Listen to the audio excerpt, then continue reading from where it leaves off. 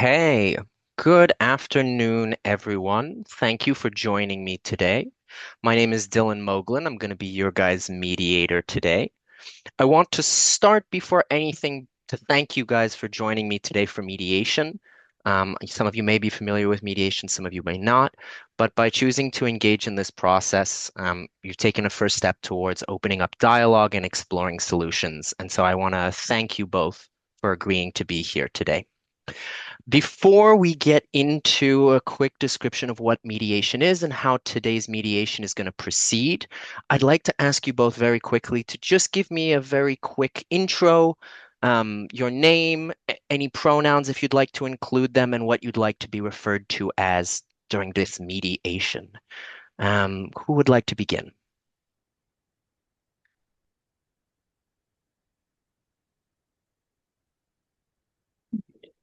I am Sarah, and I am living in the community. And can I call you Sarah? Is that okay? Yeah, that's fine. Perfect. Pleasure to meet you, Sarah. Thank you. Yes. And yeah, my name is Michael. I am Sarah's neighbor. Okay. And can I refer to you as Michael? Yes. Perfect. Well, thank you both, Sarah and Michael, for being here today. So I'd like to go ahead and quickly explain my role here as the mediator. So my job today is to work with you guys to facilitate a dialogue to kind of, open better understanding and explore mutually agreeable solutions. I'm not a judge or a lawyer. I'm not here to pass judgment or determine right and wrong. I'm just here to help guide along the dialogue and conversation process. Today, we're going to be working in a mix of group sessions where we're working all together, or we may end up working in smaller individual sessions called caucuses. But the idea here today will be I will be working alongside you guys to get a better understanding of what's been going on and what might be some mutually acceptable ways of moving forward if that's what we do decide to do. A few quick notes about the mediation process for you guys to know. This is a completely voluntary process. If at any times you are uncertain or you would like some greater clarification on the process, please do not hesitate to let me know, either via chat or verbally, whatever you feel most comfortable with. I do want to note that this process is 100% confidential. So that means that I will not share anything that you have mentioned during this process, and nothing that you have said here can be used outside here in any kind of court setting. You may notice during this mediation that I might be taking notes. These notes are just for me to keep reference, and they will be destroyed afterwards. No notes are shared with anyone else. So I also ask you guys as part of that confidentiality not to record this process unless that's something you both would like. So if you have any phones on, I would ask you to silence them and put them aside for this process. Obviously, if something urgent comes up, don't hesitate to let me know. Okay. Um, how does mediation work? So over this next hour and a half, we're going to start by kind of hearing both of your perspectives, explore what's been going on, gain a better understanding. We're going to work to kind of clarify what your guys' needs are and what is most important to you both in this situation. And then we're going to work together to try and seek solutions that really emphasize these needs and are mutually agreeable to you both. As we do that, we'll look at what the next steps would be, and if necessary, we may set a plan for follow-up by the end of this mediation. During the mediation process, I'm going to ask you guys to keep an open mind and to be as respectful as possible. I know that, there may be some tensions and there may be a lot of heavy emotions. Cursing is totally okay if you need to let that out, but I do ask you not to use abusive language towards each other. With all of that having been said, are there any questions you have about the mediation process or anything you'd like to know before we get started? No? Great. Okay, so I'm going to ask us to start out today by just sharing a little bit about what's been going on. I'm going to ask you each to go ahead and just share with me what the situation has been, what's been going on, and what your perspective on all of this is. I'm going to ask us to do this one at a time. Is there anyone who'd like to start us off?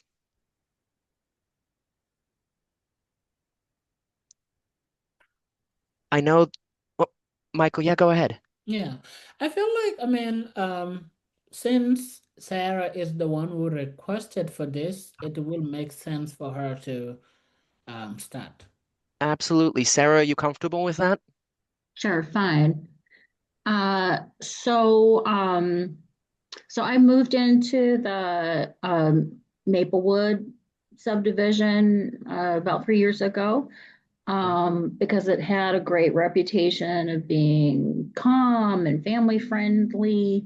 And so in the beginning, everything was fine. But recently, my neighbor, who's Michael, really started having more and more loud parties. That noise is going like super late into the night. And I had tried to let him know that, I'm a single mother and I work at home. And so, my kids and I are trying to sleep. And so, I mean, this noise just like will not quit. And then it just keeps getting worse. And then he's got a fire pit in the yard, and they are like, I don't know what they're burning, but that smoke is going all over the place. And you know that smoke is toxic. And so, especially, during the summertime, we might have the windows open, and one of my kids has asthma, and so that black smoke is going into the house. We can't sleep. It is so loud. And then he put a fence in, which I can't believe he didn't even say anything about it, and it's in my property line. And so this has just got to stop. I need peace and quiet. I need my kids to be safe. And it's just been getting worse. It's intolerable. Okay. Thank you for sharing, Sarah. I want to quickly take a moment before I turn over to you, Michael, to just reflect back to you, Sarah, some of what I've heard. So I hear to you that some of the really big concerns here are, we've had these loud parties that have been keeping you and your kids up, making it really difficult to sleep. I hear that you had some health concerns as well about all of the smoke that's been coming in and your son's well-being, especially with that question of asthma. I also heard you mention, that the family safety and security was important for you to move when you moved in, and that now you're feeling a little uncertain about what's been going on and all of this noise and all the smoke. I also heard you mention this issue about the fence. Can you just clarify for me? So you mentioned that fence is on your property? Yeah, so as I said, I moved in the last couple years, and so when I bought the property, I have the elevation report, which I had to have to get property insurance. And so, according to my documents, that fence is over the property line. And he didn't even talk to me about it. And so it's just, I just Okay. can't believe that he would do that. I'm hearing that you're a little taken aback that you weren't consulted or asked about this, about the fence, and that you feel that Michael didn't do his due diligence in talking to you before making this decision, which must be really frustrating. I appreciate everything you shared. Michael, I'd love for you to quickly share your thoughts on what's been going on, kind of share your perspective, and then I want to open up the dialogue to both of you based on what I've heard.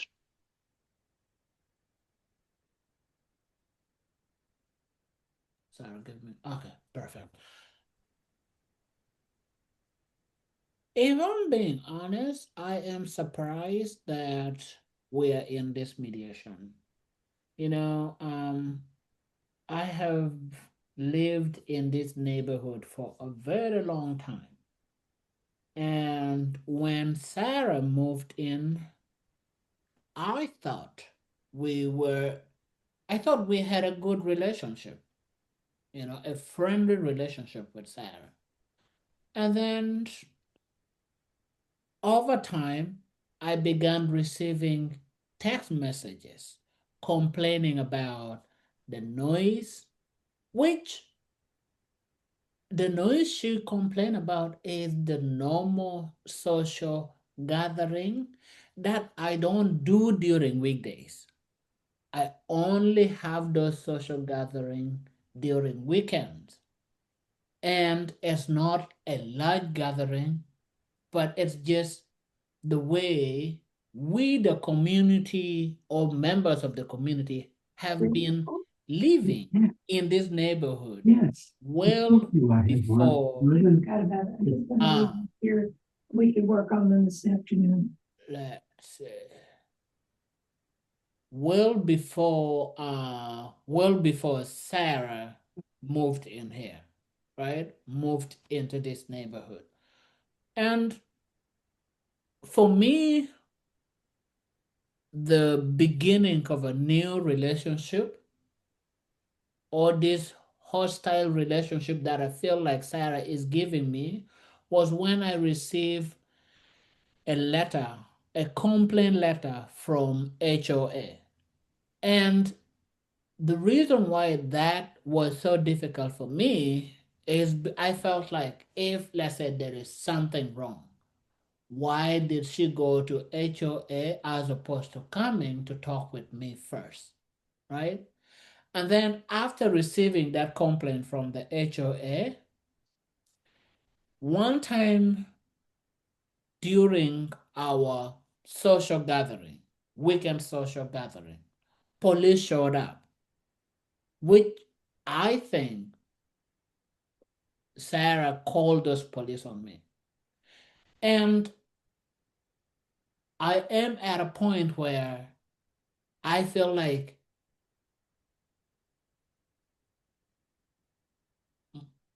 I cannot do anything in my home. I am being policed, I am being watched, and I hope Sarah and I can have a honest discussion during this mediation because number one, I want to enjoy my home. Number two, I don't want to feel like I am being watched. And overall, I don't want to have problem with my neighbor. That's all.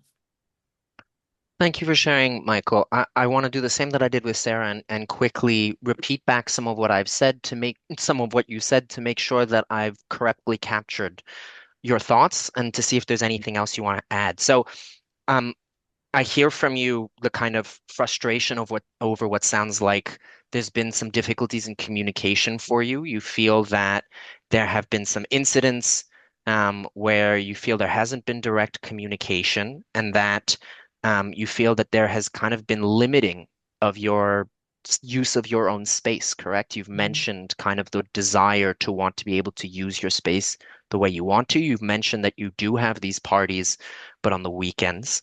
Um, and you've mentioned that you've had some disappointment about the way in which communication has occurred between you and Sarah, that you feel that you had wanted more, you would have wanted more direct communication with you, and that you have been feeling a little um, upset about these incidents that have happened where the HOA has come and where the police have come, and that this has further kind of contributed to your feeling that you haven't been able to use your space the way that you would like to. Mm-hmm. Am I capturing that correctly? Is there anything else you'd like to add? Yeah, it's not a party. It is just a social gathering. And Okay, number two, I am still upset up to now, you know. I And hear you. I hope we find solution. And I want us to find solution. Okay. Well, thank you both for sharing. Sarah, I realized I didn't get a chance to ask you in my recap if there was anything else you would want to add. And I also want to take this opportunity to kind of open up the conversation because I hear from both of you that this question of respect and communication is really important. Um, and I've heard us identify several really important priorities. You know, Sarah has talked about concerns over her health, both in terms of sleep and for her kids.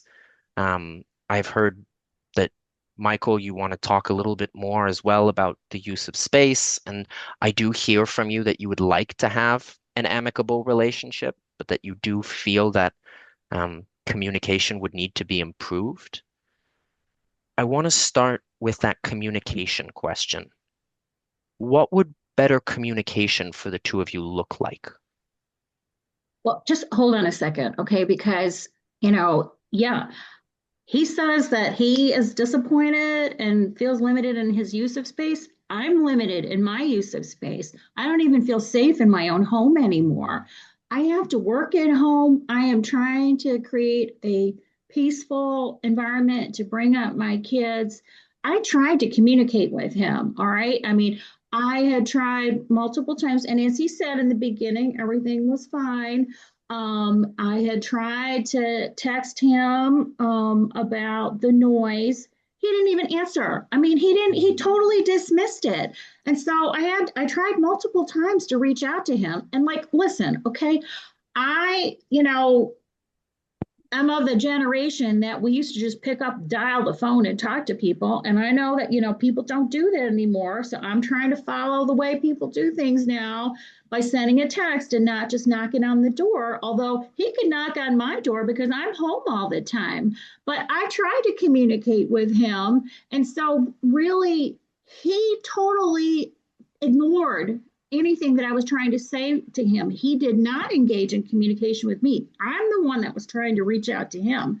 And so, really, honestly, I'm sorry that I even wrote that letter. I mean, as far as the home reaching out to the homeowners association, but you know what?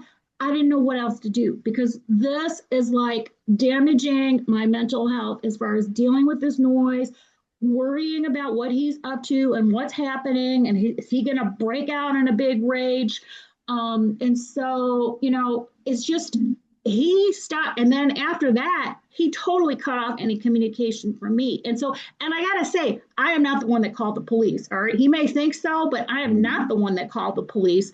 And so, actually, what does that mean? That just means that other people in the neighborhood are upset about his noise too from his parties.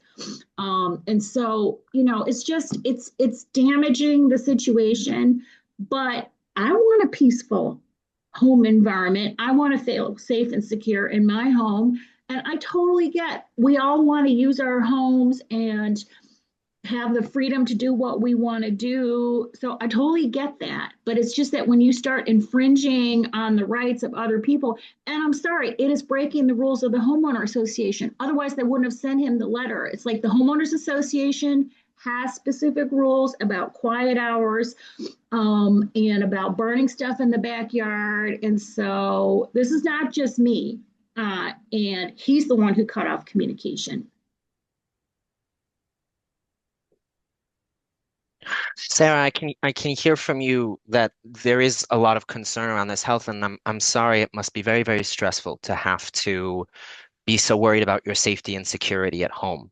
I'm sure that that's not an easy process, and I can hear how frustrated you've been with this communication process, and that frustration has really led you to feel like there has been no other way of communicating with Michael.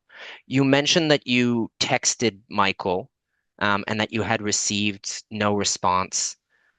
Michael, having heard what Sarah said, I'd like to just ask you a little bit about what happened with communication from your perspective. Mhm. I think that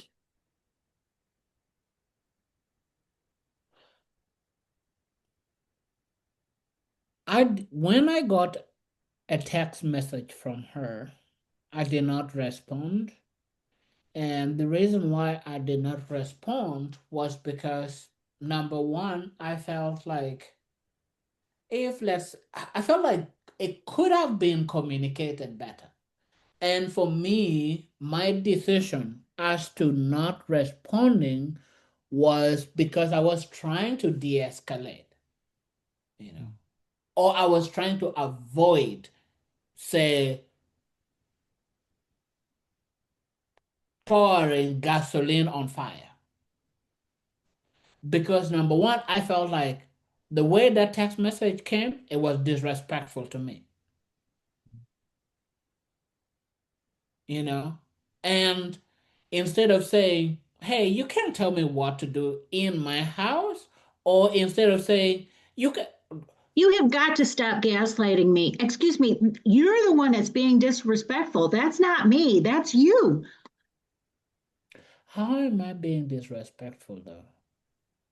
Not even bothering to answer, blaring your music at all hours without a care in the world about anybody that's around you. Little kids that can get sick.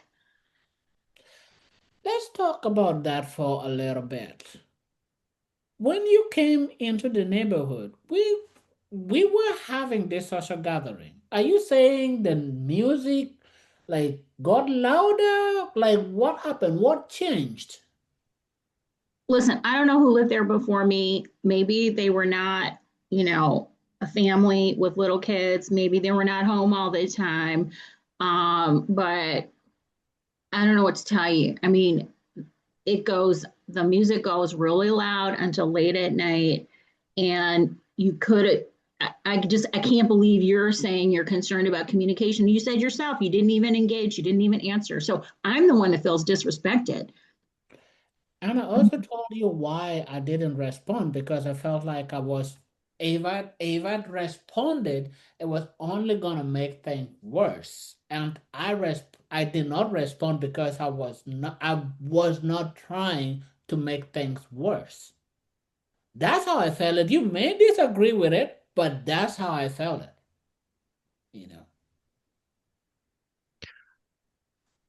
I hear from both of you that this question of respect is really important, and that both of you feel that in the way that communication occurred, both of you were disrespected. And I also do want to acknowledge really quickly that both of you clearly feel that there has been a real breakdown here in terms of your ability to trust each other and feel respected in your communications. Michael, I want to go back to something you said a little bit earlier. You mentioned that you would have liked to see better communication. What does better communication look like for you?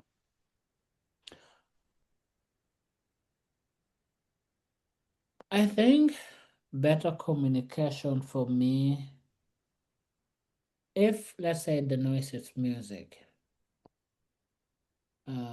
better communication will be, hey Michael, I know it's already this hours, your music is really loud. Could you please turn it down? That is a better communication for me, right? And agreed. And what would that look like for you? It Would could be that be could be by her text coming in? message, it could be phone call, that. But for me, when you said turn down your music, that is not better communication, right? And I think before we even go to, let's say, the better communication, if it is okay with you, I want to ask Sarah clarification on, she said uh, the music is contrary to the quiet hours. I want to ask her what is the quiet hours? Because for me, to the best of my knowledge, the quiet hours as established is 10 p.m. And I try to turn down my music by 10 p.m. to be in compliance with that quiet hours. So I want to hear from her regarding that. And also, I want to hear more about, for example, uh, this rule about burning things in the backyard that she says, you know. Sarah, would you be willing to share a bit more with us? What are the rules of the HOA concerning the quiet hours and the burning of things? So, again, like I moved in relatively recently, and so according to my handbook, the quiet hours during the week are from 8 o'clock, and yes, it's 10 p.m. on the weekends.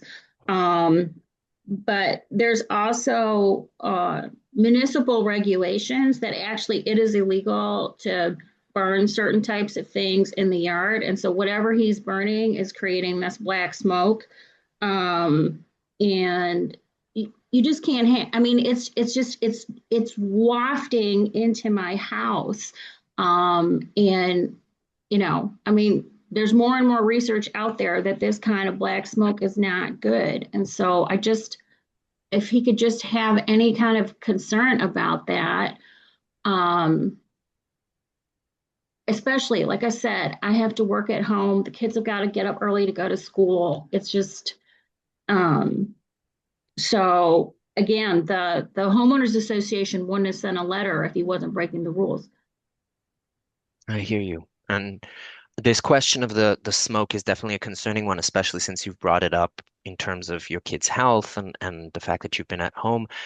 Michael, were you aware at all of these regulations concerning burning things? What are your thoughts when you hear this? I think that my thoughts are the confusion surrounding banning things. I really don't ban things. I do have a fire pit in the backyard. And on Saturdays or weekend during our, social gathering, sometimes we set fire, right? And when we set in fire, we don't burn things that, let's say, unreasonably produce smoke. The only thing that I can say, which I do not know how to control it, is if, say, the wind is blowing towards our house, I can't control that. All right. I cannot control where the wind blow with the smoke. Right. So I guess maybe if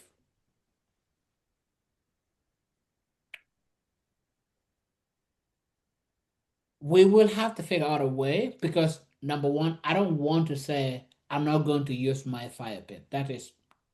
I don't think that would be fair for me. If she have a way of controlling the smoke, I'm open to hearing it. I I don't use my fire pit like every day, and I can commit to this mediation that, you know, we are only going to be using the fire pit, say on weekend, maybe once a week. And at that point, for example, to be on the safe side, she can say close our windows or something of that kind to reduce on the smoke inside. Okay. Thank you for sharing, Michael. I'm hearing from both of you two really important things. Michael, I'm hearing you say that what's really important to you here is that you'd like to be able to continue using your fire pit. Is that correct? Oh yeah, I have to. I have to continue using my fire pit. And Sarah, I hear from your side what's really important to you is that the smoke, particularly this black smoke that's been causing these health issues, stop. For you, that's really important to make sure that your kids are not being affected by the smoke and that the health concern it presents to you be gotten rid of. Is that correct? Yeah, I mean, it's just, I mean, at my old house, I'll tell you, like, we had a very cute fire pit, and actually, it had a propane tank in it. So even if you don't have the gas lines going into the yard, it's just like the same kind of gas that you use for your barbecue. You just click a little switch and it turns on. It's actually much easier than putting a bunch of wood or whatever else in there and putting, kerosene on it. But I mean, I need that whatever it is, I need it to be predictable. Like I need to know what the schedule is so that we know in advance, because a lot of this stuff, it's like it's coming up at night. The kids are already in bed and they're already sleeping. And our weather, when it's nice, like we keep the windows open. That's one of the benefits of living in this area, because the climate is so nice. And so it's just, there's got to be some way, because the way it's happening now, it's like the kids are already in bed asleep and then we just notice it. So, there's got to be a schedule, or if he can look at some other kind of fire pit, seriously. I mean, there's got to be something else, because this is just disgusting. So what I'm hearing from you, Sarah, is that you're okay with Michael using the fire pit, but what you would like is to explore options that don't produce the smoke. And you would like some kind of consistency in understanding when that fire pit is used, particularly in consideration of your kid's sleep schedule. Is that correct? Yeah, that's true. Okay.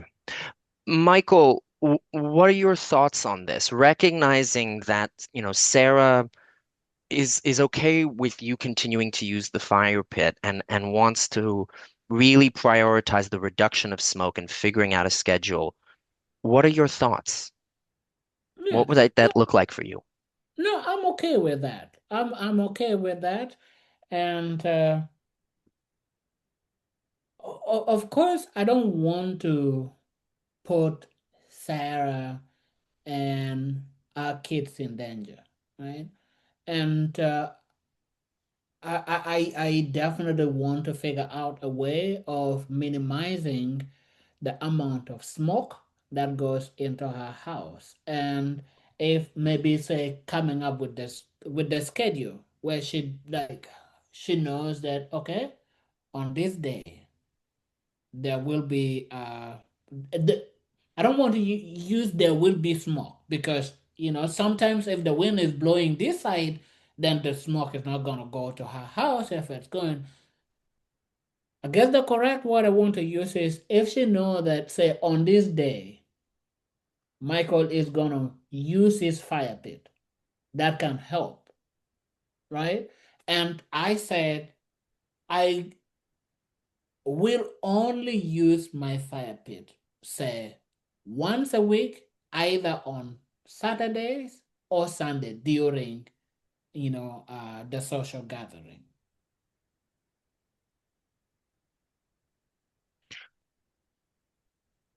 Thank you for, go ahead, Sarah. Sorry. Well, okay, that's okay, right? But then what about the noise? Mhm. For you, the issue was you said the music, like what is?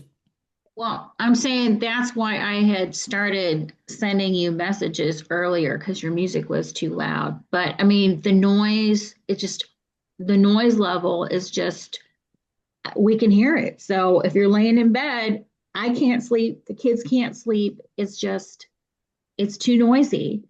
Mm-hmm. Yeah. So especially if you're sitting outside on the patio. And so that's the other thing is like, maybe it's when, you guys are sitting around outside in the backyard, that noise can carry so much more. Uh, so I can't concentrate. I can't sleep. I can't cope with this anymore. Mm-hmm. Yeah. Please, I would love a copy of, say, the quiet hour. I mean, the bylaws or the quiet hour time frame that you talked about. And I definitely, once I have a copy of that, if it says by 8 weekdays there is no music, there will be no music by 8. If it says by 10 weekend there is no music, there will be no music. Like that, at least I can assure you. The only thing that I want you to also see it from my perspective is uh, I can regulate the music, that's for sure. And if, for example, let's say by 10 over the weekend and you're still hearing the music, just let me know. Please call me. I'll turn down the music. Sarah, how does this sound to you? What I've heard from um, Michael so far is, Michael, you've said you'd like to receive a copy of the HOA rules, Mm-hmm. and that if the rules state clearly that you on weekdays by 8 p.m. need to observe quiet hours and weekends by 10 p.m., you are saying that you will make sure that there is no more music after those hours, and that if for any reason Sarah has a concern, that she should call you and that you will respond to her concern promptly. Is that correct? Yeah. Okay. Sarah, what are your thoughts?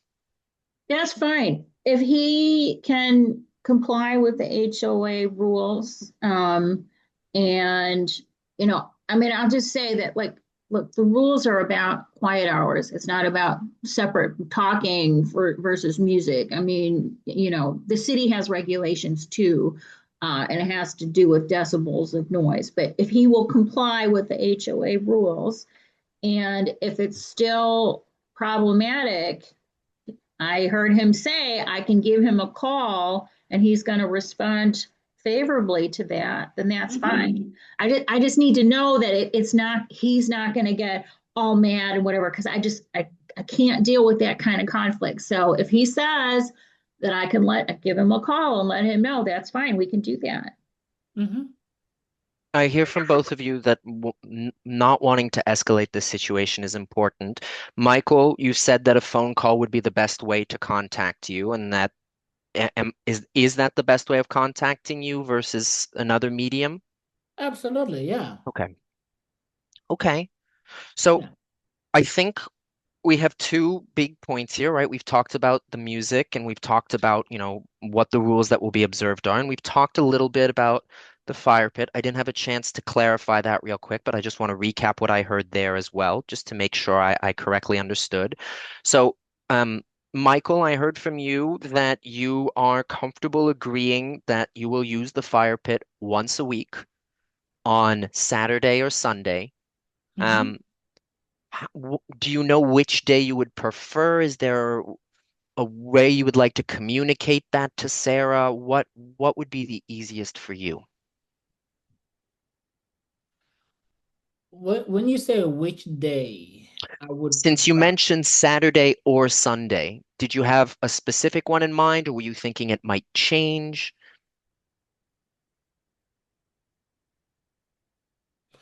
I think that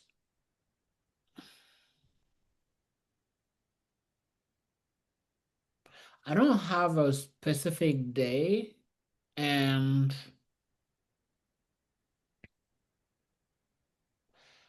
I think right now, I the reason why, yeah, Saturday or Sunday, and at least Sarah now knows that Saturdays or Sunday there will be fire.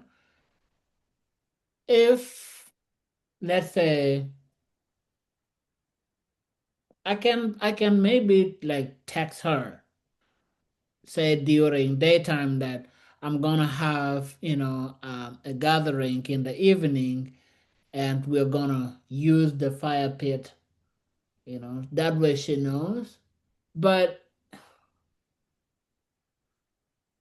if I'm being honest, there is some part of me that feels like,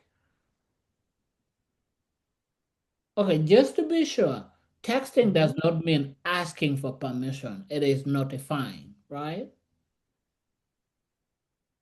Sarah, what are your thoughts?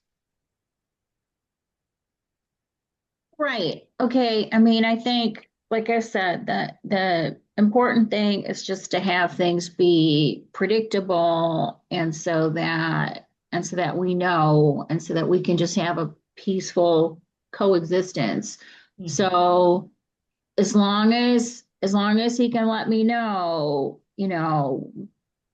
well in advance during the daytime, like meaning like before the kids go to bed, then we can know that we need to shut the windows. That I mean, yeah, if that's possible, then fine. We can do that. Can I ask what time your kids go to bed? Well, so usually they're in bed.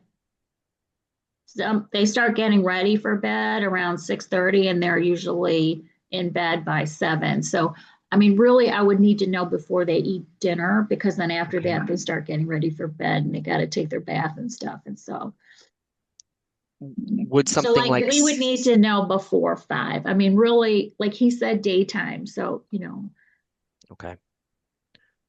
Michael, what are your thoughts? We're hearing that Sarah's responded to your proposal of texting her the day of to let her know that this is going to happen.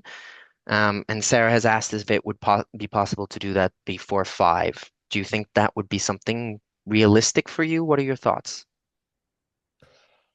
I think for now we will, yeah, let's try doing that.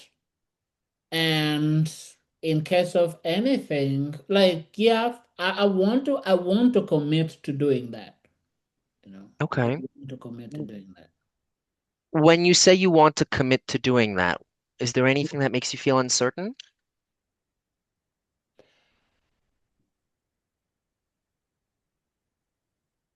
The only thing that makes me feel uncertain is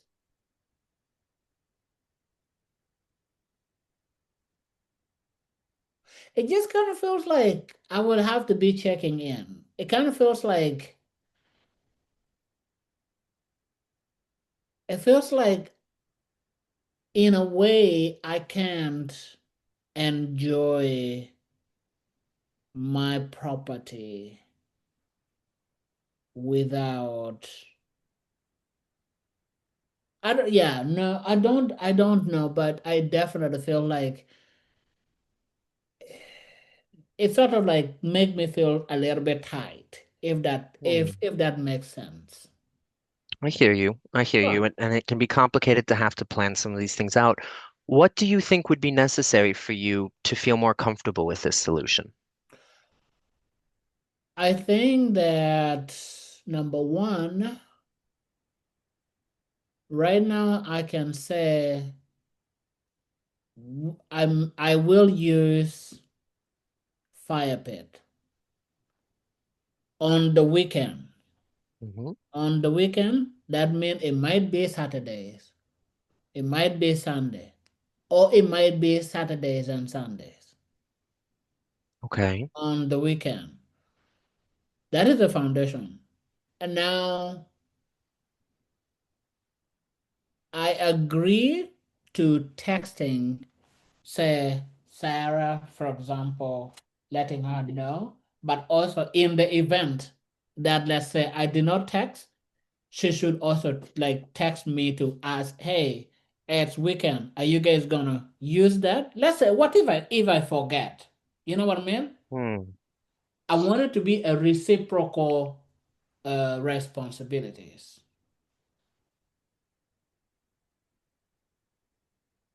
Okay. So what I'm hearing from you, Michael, is are you would like to cement the use of the fire pits on weekends. You are comfortable with texting Sarah to let her know when things are happening, but you'd also like there to be a little bit of a two-way exchange between the two of you to Yeah, kind of keep in touch over what's going on. right. Um, Sarah, is that something you would be open to? What are your thoughts on this? I mean, it's just, I feel like he doesn't even care about like whether like my kid has an asthma attack. Like he doesn't even care if he's like making our life a missing living hell for just like just being so difficult. And so I feel like he doesn't care. Hmm. I mean, about other people's health and safety and peace. So I have a question before you jump in the mediator. You Go feel ahead. like I don't care because I said if I forget to text you to inform you, you should text me to ask if it's gonna happen. That makes me not care. The whole thing. I mean, it's just all this time. I mean, really, because I'm not trying to make waves in this. I want a peaceful living situation. And so this is just so upsetting. And so I'm just trying to tell you I'm worried about our well-being. And it just feels like the whole time, like you don't even care. I mean, you just want to have your wild parties. And so that's just really hard to deal with. I want to take a moment to recognize Sarah's concerns for her health and her kids' health, which I've heard from you, Michael, that, that's not something that you want intentionally. So, Mhm. I'd like to kind of go back to this question of the asthma and of the smoke, because I think that's where this really big health concern is. So I want to talk a little bit about what do we feel might be some ways of reducing that health concern? Because I can hear that's a big priority. Let's leave that to Sarah. Like first, I really didn't know that your child have asthma. And number two, I'm not even saying I'm not saying no, you can't tell me what to do. I'm saying if I forget to notify you, you should also notify me. And I don't think that does not makes me a less caring neighbor. I've heard from you, Michael, that you didn't previously know about Sarah's kid's asthma, and then I'm hearing a willingness from you to want to deal with this, and that you do kind of want to get a better understanding of how to improve this situation, but you do still want that communication going. Sarah, can I ask you, what would you feel should be done, or what would be necessary to make you feel safer, or to respond to these health concerns? Mm-hmm.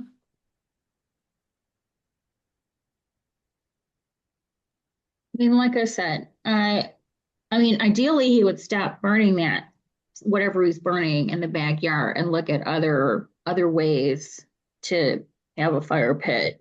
But I mean, I think the most important thing, I guess, is that we have a schedule, and so it's predictable, and so that we know when they're planning to do that. So I just don't get, woken up by my child coughing and struggling to breathe. So if we could just have a fixed schedule, that's probably the best thing. Okay. Michael, what are your thoughts? Sarah has mentioned wanting to, explore options for either changing out what's being burned. Um, Sarah, I did want to ask you very quickly about this question on texting, right? The Michael texting you during the day to let you know when the fire would happen. Um, and also Michael asked the question about, whether or not you'd be comfortable texting him as well if you have any concerns or questions. I just wanted to put that question back to you. What are your thoughts there? So yeah, I don't have a problem if he wants to send a message to say, hey, I'm having people over and we might be out in the back, you know.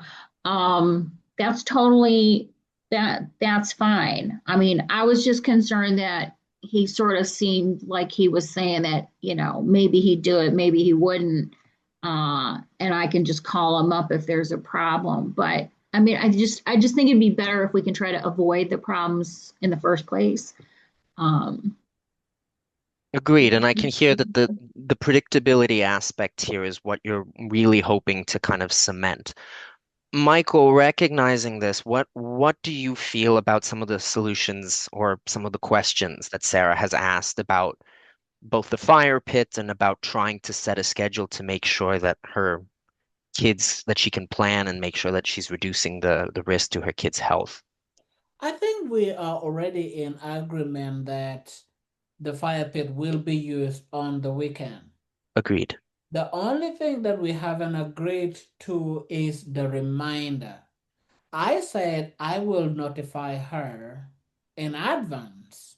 And I also said in the event that say I forgot to remind her, she should also remind me. I'm saying let us create an environment where we both remind each other. And I think that is a healthy. I think that to me, I'm like, to me, I think that is really, I don't think that is too much to ask.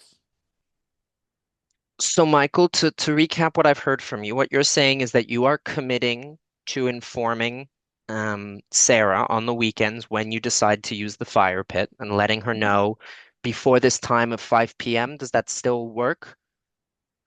Yeah, Okay, before this time of 5 p.m., but that if in the case that you forget for any reason, you would like Sarah to call you, and then what?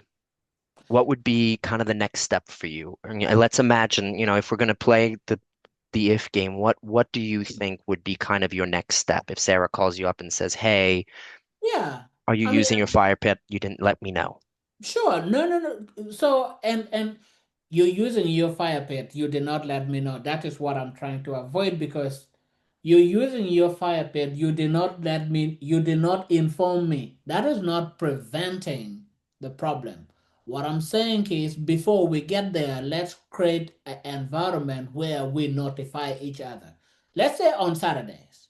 I forgot, we know that Francis is going to let me know have from morning to 5 p.m. It's going to let me know within this period of time whether or not it's going to use the fire pit. In the event that Francis did not let me know, I can also text him, call him, ask, hey, it is Saturday. Are you going to use your fire pit? Right? And then once I get that reminder, if I had not notified her, I have the reminder, then I can say, oh yeah, sorry, I forgot to inform you. Yes, I'm going to have fire pit today I'm going to have fire pit today. I forgot to Okay. inform you. Does that make sense? So, just from my own understanding, what I'm hearing from you, Michael, is that what you would like to propose is that aside from you committing to texting her, if in the case that you forget, but you'd also like for Sarah to send you a text on the same day to ask you if you're going to be using the fire pit. So on the same day of the weekend, correct? Or at the start of the weekend? Could you clarify that? When Yeah. would you like that check-in from Sarah to come? Oh yeah. I mean, on the like weekend, morning, it doesn't matter. Like, what? Let me figure out a way of. I commit to informing Sarah that Hmm. I'm gonna use weekend. That I'm going to, if I'm using the fire pit on the weekend. If I'm using it on Saturday, I will inform her Saturdays, or I will inform her Sundays. Like, you know what I Okay. mean? And then I'm also asking Sarah to, let's say, if on Saturday I have not informed her, for her to also ask me whether or not I will be using the fire pit. On the same day. Yeah, Okay. Sarah, I'd like to ask you what your thinking on this is. Okay, that's fine. I mean, we just need to have some peace. But I mean, just so that we're clear, this is not like on a Monday, Tuesday, Wednesday, Thursday that this, oops, I forgot, is going to happen, right? what do you From mean on Monday, During Tuesday? the week, during the week. Oh, whether I will use fire pit during the week? Yeah. No, I already said I'm not going to use All fire pit right. All during the right. week. That's okay. fine. That's fine. So what I'm hearing from both of you is that we've committed to Michael, you will not be using the fire pit during the week. You may be Mm-hmm. using it on Saturdays or Sundays. You are committing to messaging Sarah Mm-hmm. before 5 p.m., before her kids start to do their end of day routine to let her know, hey, we're going to be. But you would also like, if at the beginning of the weekend, um, and if I understood correctly, that would be something like Saturday morning, Sarah also reaches out just to check in with you. Yeah. Okay. Does that solution sound good to both of you? It's fine. Yeah. Okay. I'm okay with it. Yeah.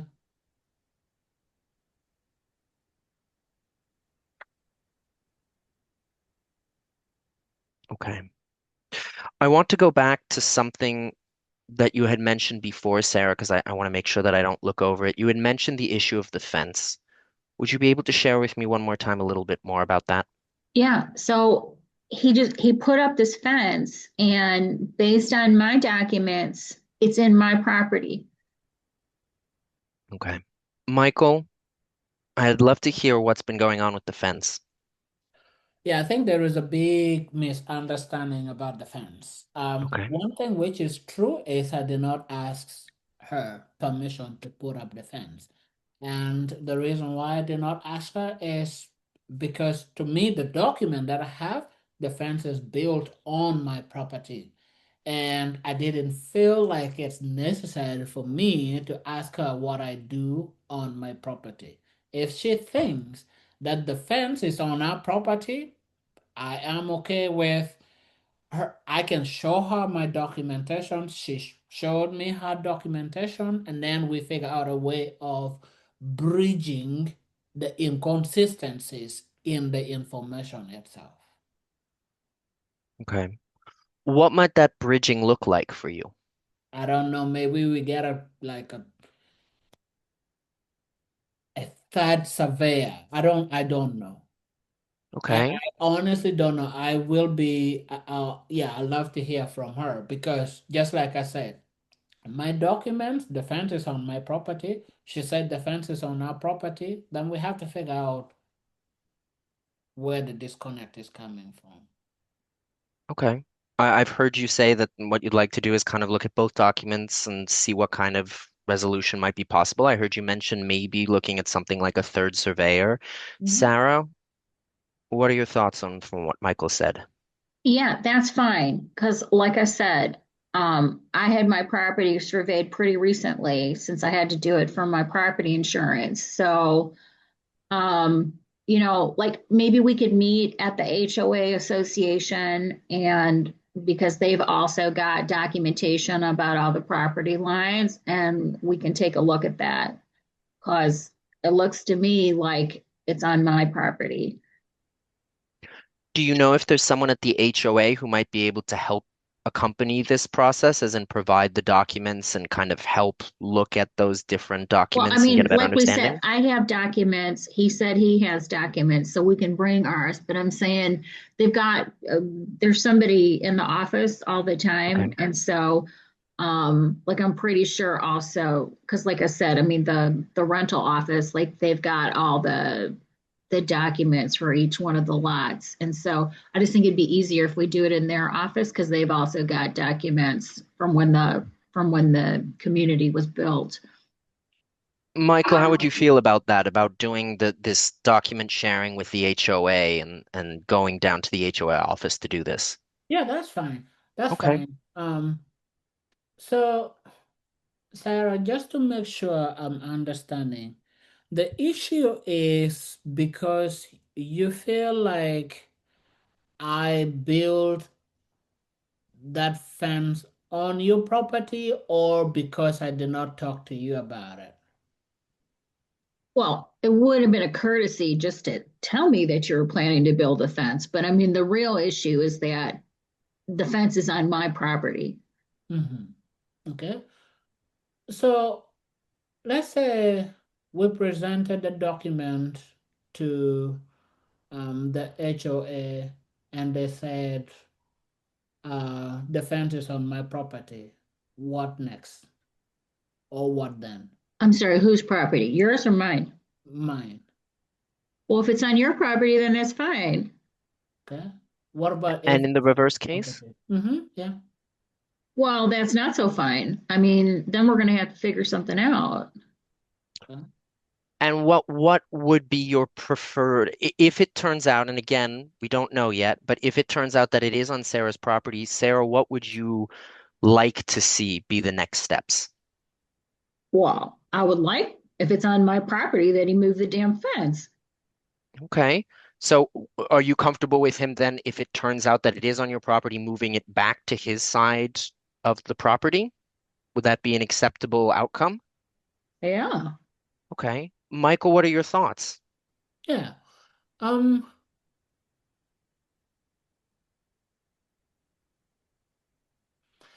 that's a good question. I probably will be okay with that, but I don't think I will be able to afford it immediately. And I'm being very honest here. I'm being very honest. I just put the fence and it cost me 15,000 to put the fence, right? Okay. So I definitely, if she won the fence, let's say it turned out that the fence is on her property. Uh, all right. If it turned out that the fence is on, we are 605, I think. All right. I think I'm we're going to good. wrap up. Yeah. You can finish your statement. The statement is I commit to doing that, but I probably will not be able to do it immediately. Okay. Okay, so I'm hearing from you that if in the case that the fence does turn out to be on Sarah's property, and again, we don't know yet, we have this first step of going to the HOA and looking at the documents and seeing where the fence is and on whose property. And I've heard, Sarah, you said if it's on Michael's property, you're okay leaving it there. And Michael, I'm hearing from you that if it turns out that it's on Sarah's property, you are open to moving it back to your property, but would like to explore with Sarah the possibility of doing it at a delay. Yes, and I we can talk about that after.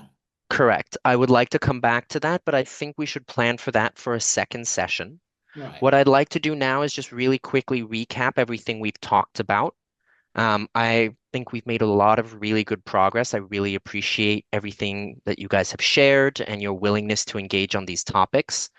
A few really important points that I heard come out. So we have agreed on the use of the fire pit, that Michael, you will be able to use the fire pit on weekends. Mhm. But that you are also committing to informing Sarah by no later than 5 p.m. on weekend days, Mhm. whether or not you will be using the fire pit on the other day. And Mhm. Sarah, you have said that you are comfortable informing or reaching out to Michael at the beginning of the weekend to check in. I have also heard from you guys that, Michael, you have asked to receive a copy of the HOA rules, Mhm. um, and that based on those HOA rules, you are willing to commit to ensuring that there is no music being played after 8 p.m. on weekdays Mhm. and no music to be played after 10 p.m. on weekends. Right. And that if for any reason there is an issue, Sarah should call you, and that you are committing to promptly resolve that issue. Yeah, Is just that correct? it's about not violating the noise regulations. So it it could be other noise too. It's not just music. Okay. Okay. Has there been other, well, I would like to open that back up later and talk about what other noise there has been and see how we can add that into the agreement so far. Um, and then last but not least, we've talked about the step of going to the HOA office, doing a general document sharing and determining as a group where that fence is. And I'd like to kind of continue that conversation about how that's going to take place and then what the next steps would be in our next mediation. So again, thank you guys. I will write up all of the notes that we just mentioned, and I will bring them back to our next mediation so that we can start with these same points if everything I've said sounds correct to everyone. Mhm. Thank you. Yes, everything is fine with me. Sarah,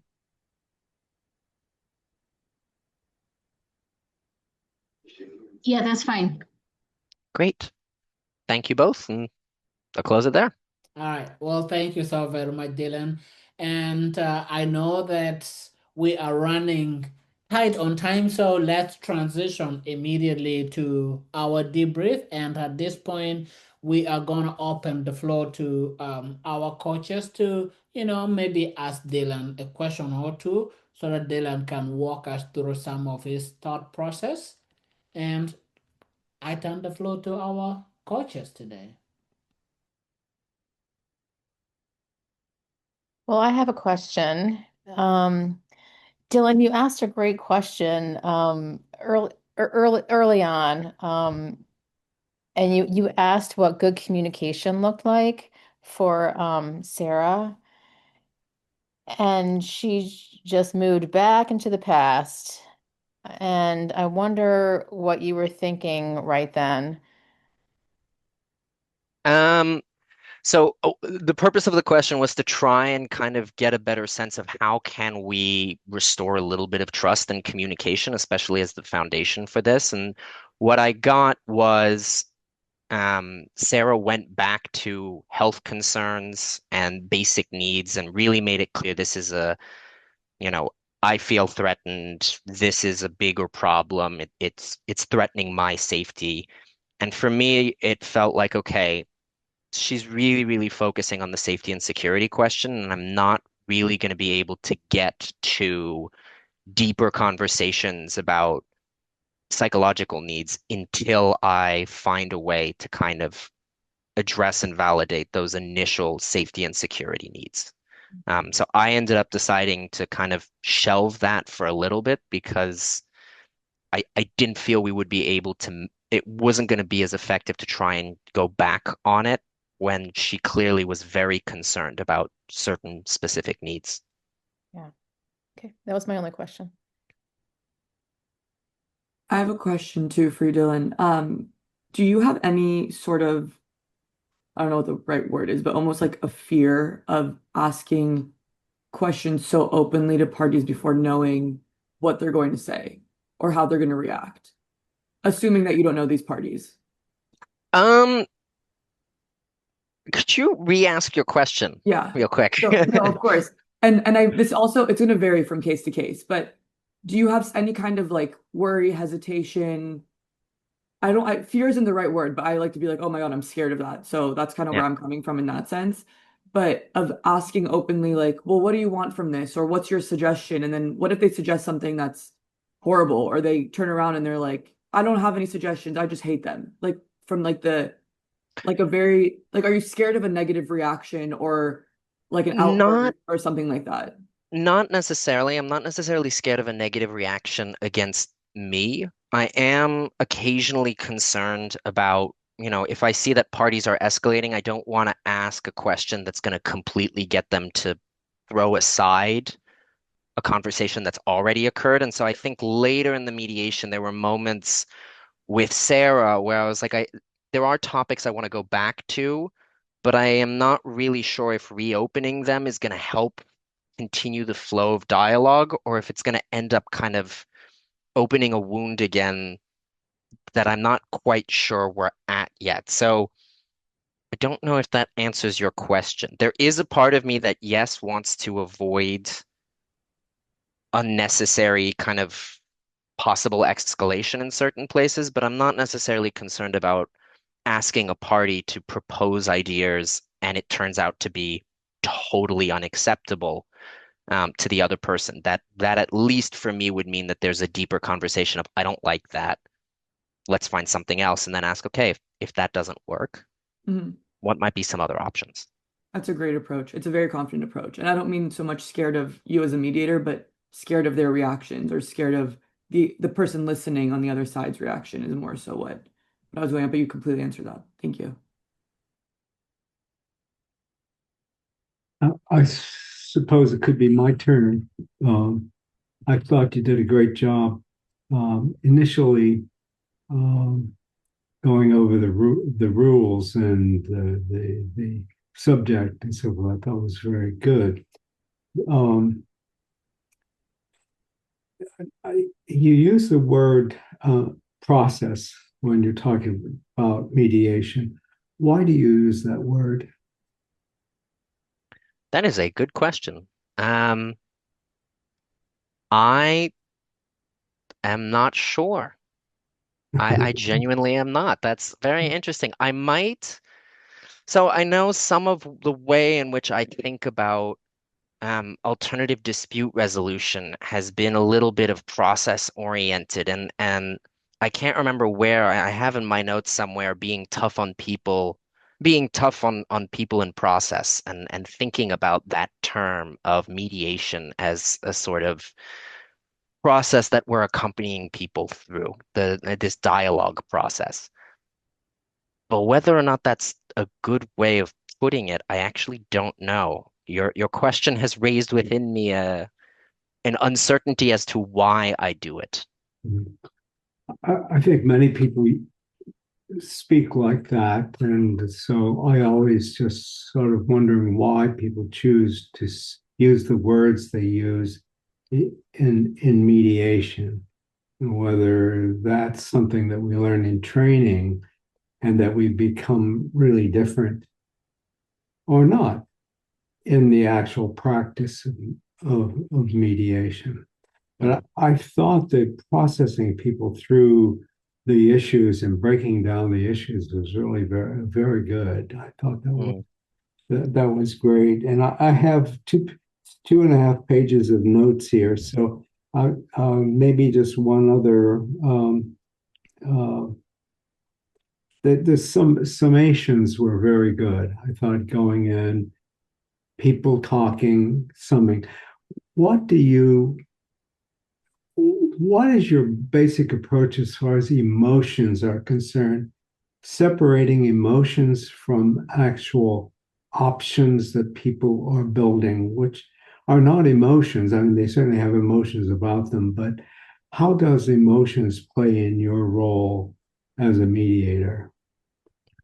I think, and Francis and I got to talk about this earlier today by talking about needs. I think at the beginning of a mediation, validation of emotions is important to help people feel comfortable in the process. But as we get deeper into the actual exploration of what do people really want and what is their actual interests here, emotions also, for me, kind of become an indicator towards either certain psychological needs or a sense that something is not being addressed. And so for me, what I try to do, particularly in later stages of mediation, is when I hear that we're getting strong emotions, for me, it's a good moment to kind of try and dig in deeper. What is the unmet need here? What is the thing that's not being recognized or validated that is causing this emotion? And the reason I want to do that is I want to know, A, is this because there's a need that's not being met? Is it frustration with this process? Because if it's frustration with the process, then it may be a larger, it may actually, for me, be a point to say, you know what, this may actually be a time to transition into individual caucuses. Because it may be that at this point in the process, something is leaving this person feeling really frustrated. And I want to know I want to know what that's about.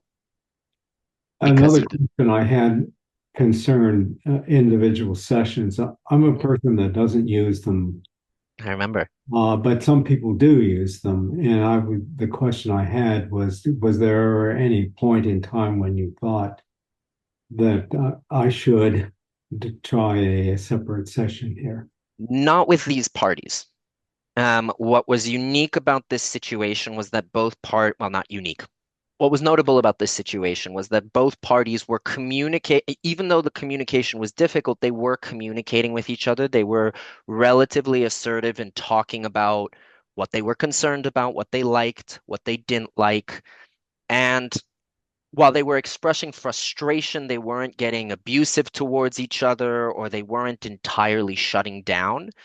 And for me, in that kind of a situation, the idea is also to facilitate dialogue, and separating them doesn't necessarily help that. Now, the reason I would want to do that is if I do notice that someone is either A, shutting down, seems like they're really disconnecting from the process, or if I had maybe a concern that a relational dynamic or something along those lines is making this person feel like they're not fully able to share. And obviously, there's no perfect formula for that. But if I have parties who are communicating with each other and are expressing in a way that doesn't feel overtly aggressive, then for me, there's no good reason to split them up. Splitting them up is really for me, there's something in the process or there's something in the demeanor that leads me to feel that this person may be more comfortable exploring needs on a one-on-one basis.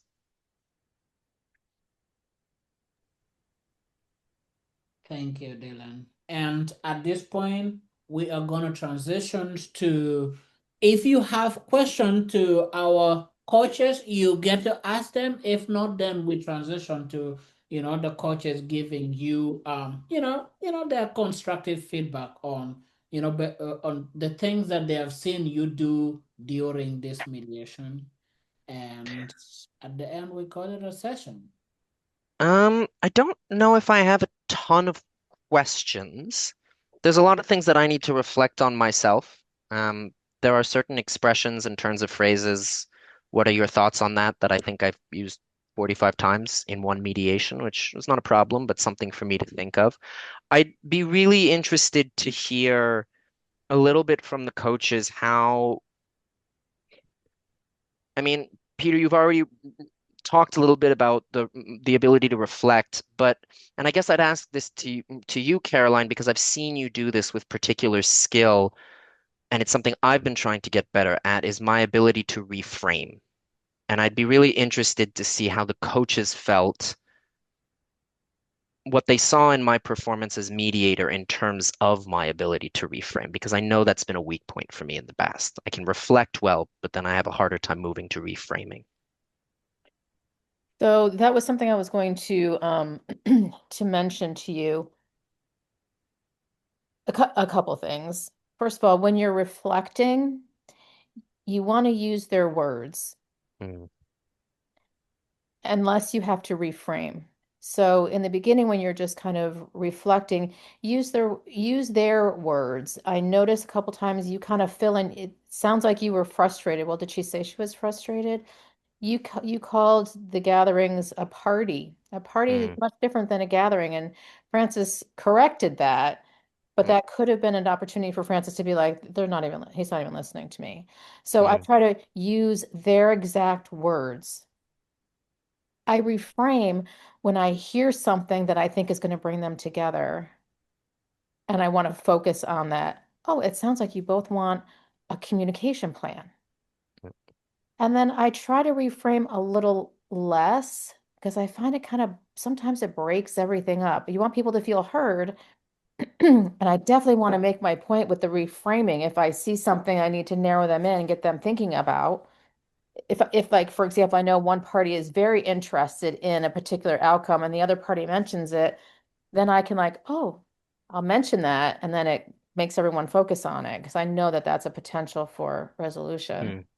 Um, So I try to do it, but I do the reflecting a little less just to kind of Okay. keep things moving. Sometimes it breaks it up a little too much. It's good for people to feel heard. You definitely want them to feel heard. Um, but a little too much, and then it's a little, you know, stop and start. Okay. No, that's very helpful. And after Um, that, oh, sorry, go ahead. I'm just gonna I'll just No, finish. no, There's one no. other thing. And I think I said this one other time. Jill and I thought you did a great job. It was all very good. I think Francis helps out because whenever he role plays, he's always looking for solutions. And Yes. yeah, and I love how Asta always like gets really emotional, so which I think is really good because it's very realistic.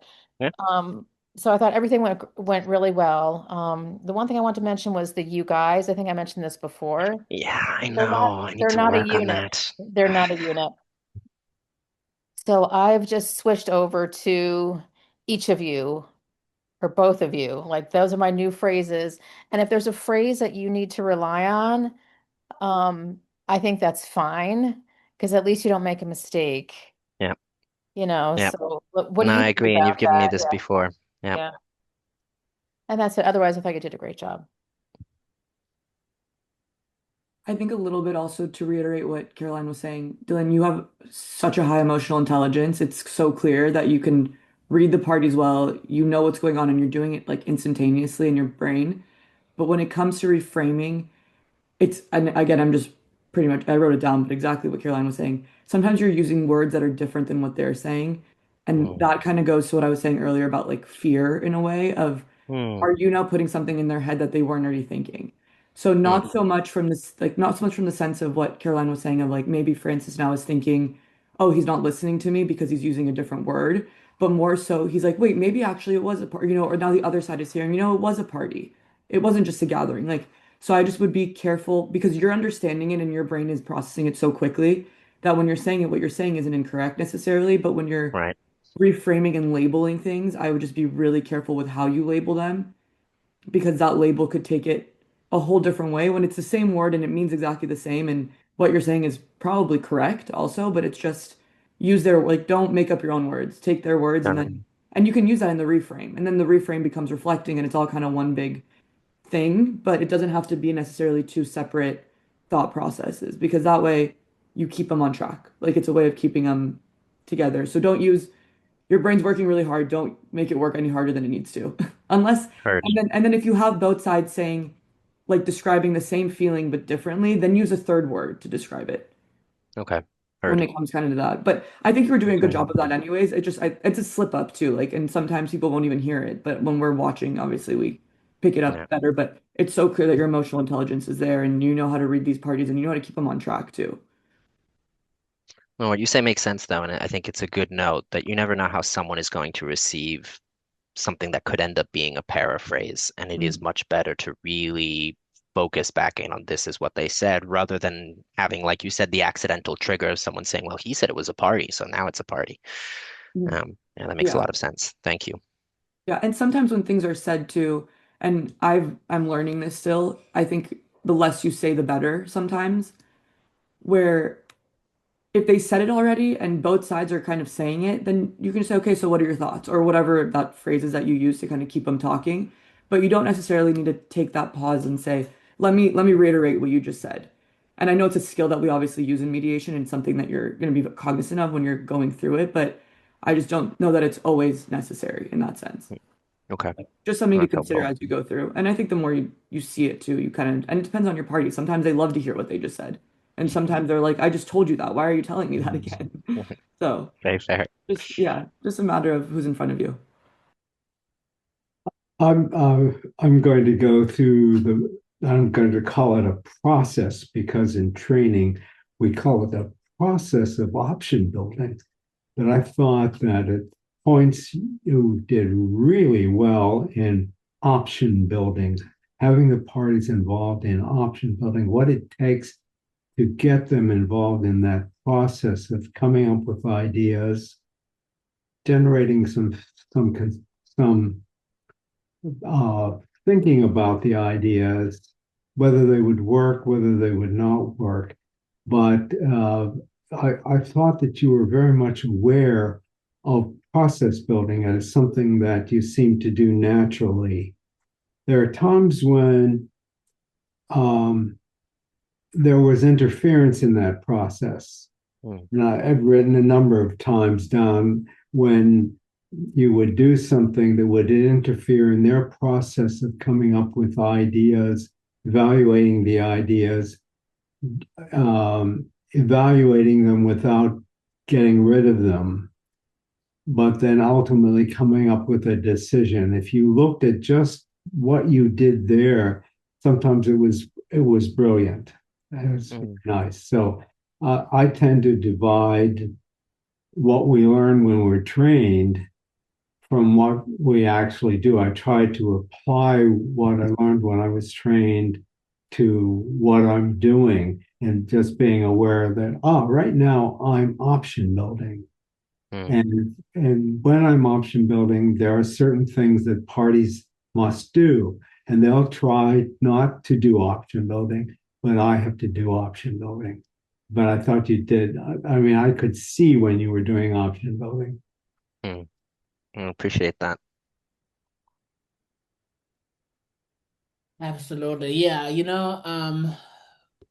bye-bye. One of the things that Urain race. Is that a good pronunciation of her name? I think she said Ren would work. All right, Rin. One of the things that she raised, which I had not thought about it as a party, but when she talked about it, it kind of made me to think because I'm like, as a party, it feels like everything is on the balance, right? So I'm looking for something to cling on. Yeah. And if you, as a mediator, you throw in any word that, let's say, for me, if you throw in any word, I'm like, oh yeah, now we'll Yeah. cling on to that, Yeah. Zami, Asta, any feedback from you all?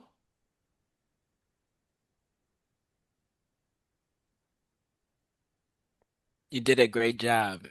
Apologies for being late. All good.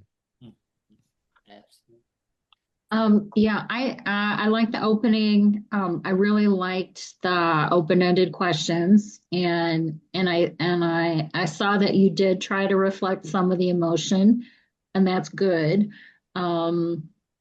Because I mean, so in my thinking about this case and what the character's position would be, I want to echo also that I think like because Francis is like mediator, like he's being constructive. But what I was thinking is like, okay, my case thing said like she's divorced and she just recently moved there, and there's a lot of the talk about safety and security and all that. And I was like, yeah, she probably got out of a bad marriage with an abusive husband. So Francis would have come on strong, like, manly man, I don't care about you, stupid woman, blah, blah, blah.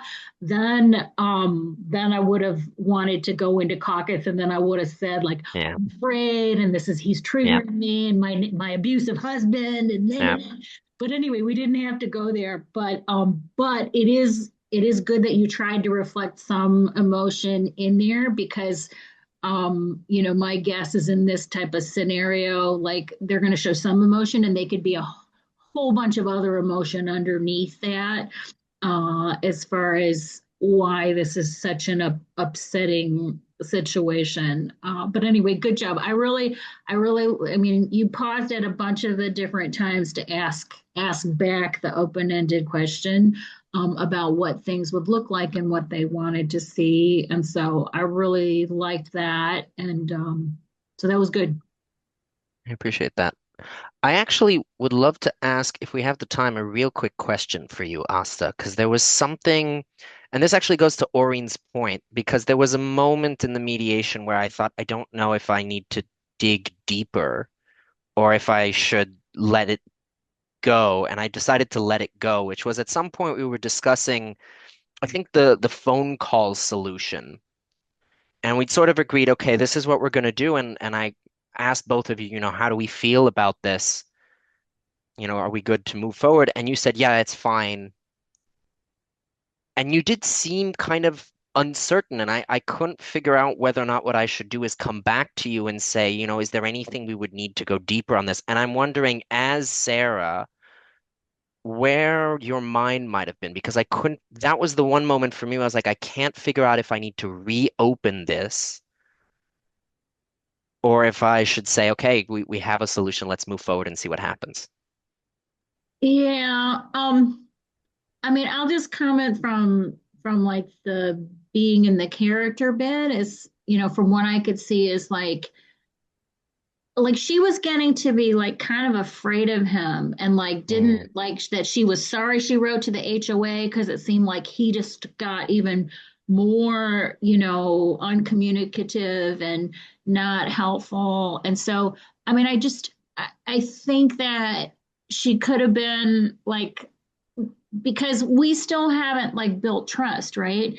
And he still hasn't said like he didn't say clearly, oh, I can see how she'd be worried about her kids and I don't want to bother her. I know she's got to get up for work. Like, so he didn't do like he didn't openly say anything that he would be understanding. And they didn't talk about like, oh, like we're going to try to be good neighbors in the future, right? I mean, this is just kind of some kind of truce. And so, like, because probably ideally, like if she didn't have to be afraid and they could build some kind of like whatever, they could be like neighborly. He could be like, hey, you can come over to my party. So it was kind of, I mean, I think it would, from when I read from the thing, like she just wants to have predictable relations and to not have the noise and stuff like that, just as for, but I mean, this whole thing, like when he said like, oh, like she has to call him to be like, hey, you're going to have a party. Like it's risky. Yeah. It's not like an ideal thing because like then he would be like, oh, you're like cramping my style for having my parties and more. Like it was just like, yeah, okay, Interesting. but it wasn't like, we have the agreement and stuff like that. Like, why should she have to say like, oh, are you having people over again? Blah blah blah. Like it was just so that's. Yeah. I mean, it was like this could be okay, but this could be not okay, right? I mean, Okay. No, and that's why I asked, because I could sense. relationship and he Yeah. hasn't really acknowledged that that we can sort of go forward, so then Yeah. you could be setting yourself up for a dynamic if I've got to say, hey, what's up? And again, like keep in mind we've had zero communication for months now and all contentious, so that's Yeah. why I was just like she could say okay to kind of keep it moving but still have reservations about it. Okay. No, that's Dylan, helpful. That's that Dylan, is what that's what I wanted to ask. you did need to address Michael's concern in that area, so I thought it was very appropriate to try to get Asta or Sarah to. Sarah didn't seem to want to give in to anything, and she wanted it all her way. But Michael finally seemed to be struggling to say something or to describe some concern. I thought you did a really good job trying to address that. No. I appreciate that. And I think that's what I was trying to figure out is if I missed something or not. So it's very interesting to hear what you said, Asta, because it kind of helps me also reflect on I felt that uncertainty. So it's interesting to hear your perspective as the character. As the character, it was good that Asta said yes to, also at least taking the responsibility of informing me. Because when I offered that, I was either this is gonna go forward or I'm going to retract everything that I said. Yeah, You know. I could sense that. Uh, All right. Well, thank you all so very much for being here today. I know we are 8 minutes late, but I do appreciate you. I hope that, I have learned a lot of things, and I hope that, myself, Zami, Dylan, and Asta, I hope all of us took something. oh, And looking absolutely. forward to seeing you all again soon.